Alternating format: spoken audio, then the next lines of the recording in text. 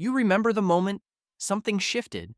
Maybe it was a Tuesday evening when you caught yourself scrolling for 40 minutes through content you didn't even want, and then felt worse, not better, than when you started. Maybe it was the quiet realization that you were spending more mental energy managing your online presence than you were spending on anything in your actual life. Maybe it was noticing that after every session, the feeling that crept in wasn't satisfaction. It was a low-level, hard-to-name dissatisfaction, like you'd eaten something that looked like food, but wasn't. You didn't suddenly hate people. You didn't become antisocial. You didn't fall behind. Something in you looked at the whole system clearly.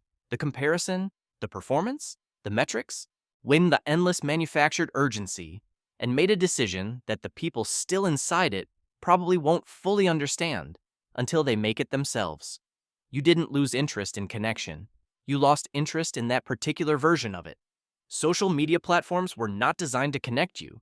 That's the story they tell, and it's not entirely false. But it's not the primary purpose either. The primary purpose is to capture your attention and sell it. Shoshana Zuboff, in her landmark 2019 work, The Age of Surveillance Capitalism, named this mechanism clearly. Your behavior, your attention, your emotional responses, these are the raw material being extracted and monetized. The product being sold to advertisers is not content, it is you. Specifically, it is your predictable, manipulable psychological responses to a feed that has been engineered at enormous expense to keep you returning. The tools used to accomplish this are not accidental. Infinite scroll was designed to remove the natural stopping point, the moment you might pause and decide to do something else.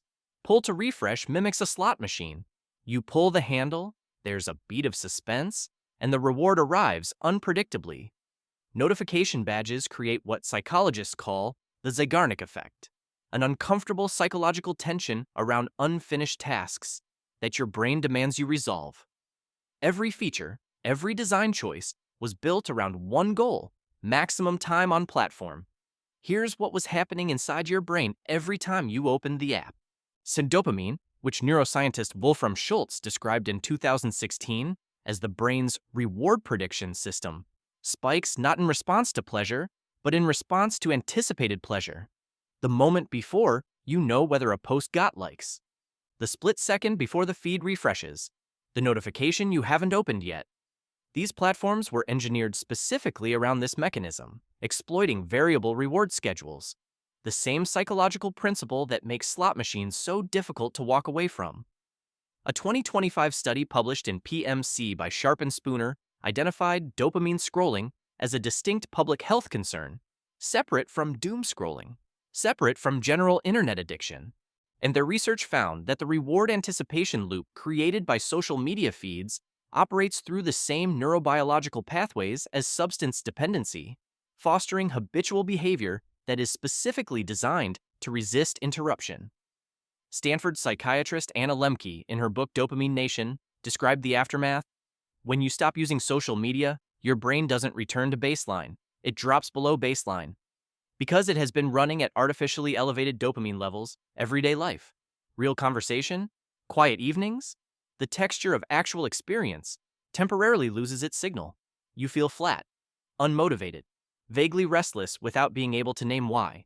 That's not evidence that social media was good for you.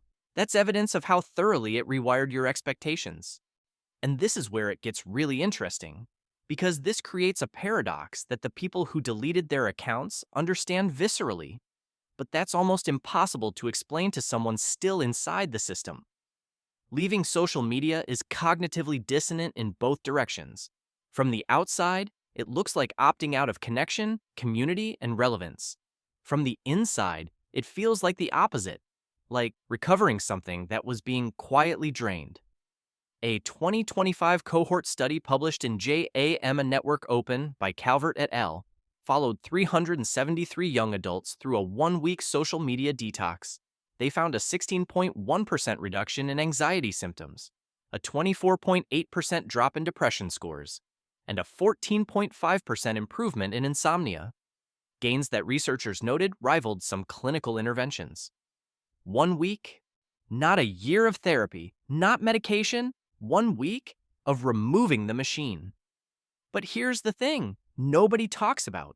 Returning to social media after time away is a different experience than never having left. You notice things you couldn't notice when you were immersed. The manufactured urgency, the emotional manipulation baked into the content ranking, the way the feed is calibrated to make you feel slightly inadequate, not devastated, not in crisis, just slightly less than, because that exact emotional state has been found to maximize scroll time. Now, here's the part that explains everything about the people who left and didn't go back. A 2025 Deloitte consumer survey of more than 4,000 people found that nearly a quarter of all consumers had deleted a social media app in the previous 12 months. Me for Gen Z, the generation that supposedly lives online, that number rose to nearly a third. And the American Psychiatric Association reported that about half of Americans had already reduced their social media use in 2025, with even more planning further reductions in 2026. This is not a fringe position. This is not falling behind. This is an increasing number of people arriving at the same conclusion through independent observation. The return on investment, in time, in attention, in psychological stability, it simply doesn't add up. So, let's call this what it actually is. Deleting social media is not antisocial behavior. It's not technophobia. It's not being out of touch or old-fashioned. It is the decision of someone who understood, at a level most people never reach, what they were actually participating in, and decided their attention was worth more than they were being paid for it. The people who stay tend to think of social media as a neutral tool they use. The people who leave tend to see it as a system that uses them. And both groups are correct about what they experience, because the experience of someone who has never examined the mechanism is genuinely different from the experience of someone who has. Think about that for a second. You didn't just lose interest in social media, you developed an immunity to a particular kind of manipulation, one that most people are still fully inside. The flatness you felt when you first left wasn't emptiness. It was your brain recalibrating from an artificial high back to the actual texture of your life. The boredom you felt in those first weeks was your attention span reassembling itself, piece by piece, from the fragmented state the feed had kept it in. And what came back, for most people who left and stayed gone, was something that is almost embarrassingly simple: the ability to be somewhere without documenting it. The experience of having a thought that isn't immediately formatted for an audience.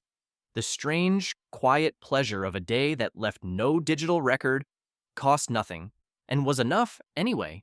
You didn't delete social media because you gave up.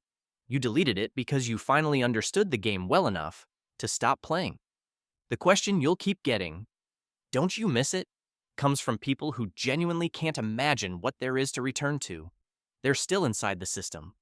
From where they're standing, outside looks empty, but you know it isn't empty. You know it's just quieter, and quiet, it turns out, is something the algorithm was specifically designed to make you afraid of, because quiet people aren't generating engagement, and engagement is the only thing that pays.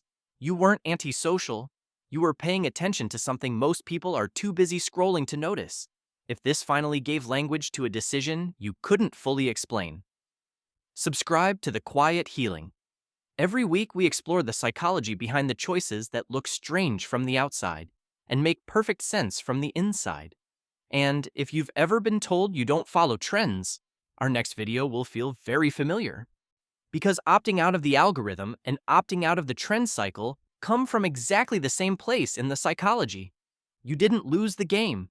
You looked at it and decided it wasn't worth your time.